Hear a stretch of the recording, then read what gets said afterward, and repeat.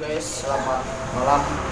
Hari ini ketemu lagi di channel Wijaya Kusmo Original Production. Hari ini aku mau review satu pusaka koleksi yang baru saya dapat dan juga akan saya review, saya tunjukkan ke teman-teman. Ini satu pusaka dengan dapur Singo Barong dengan tangguh kamar ikan dengan penggarapan yang cukup bagus.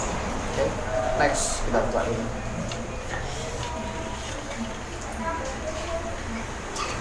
Oke ya, ini satu pusaka dengan nama Singo Barong. Dapurnya Singo Barong dengan pamor lar lulut ini sangat halus ya,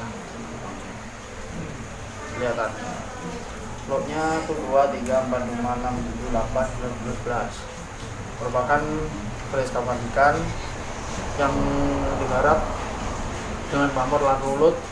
Dapurnya Singo Barong amut pinten dengan handle apa ya ini, handle fiber ukir Donoriko. Untuk warangkanya warangka model Sendang Walikat Madura ya. Salah satu keris yang cukup ampuh untuk disimpan dan layak dikoleksi dengan sandangan yang walaupun nggak seberapa bagus tapi lumayan ya. Ini adalah keris Singo Barong.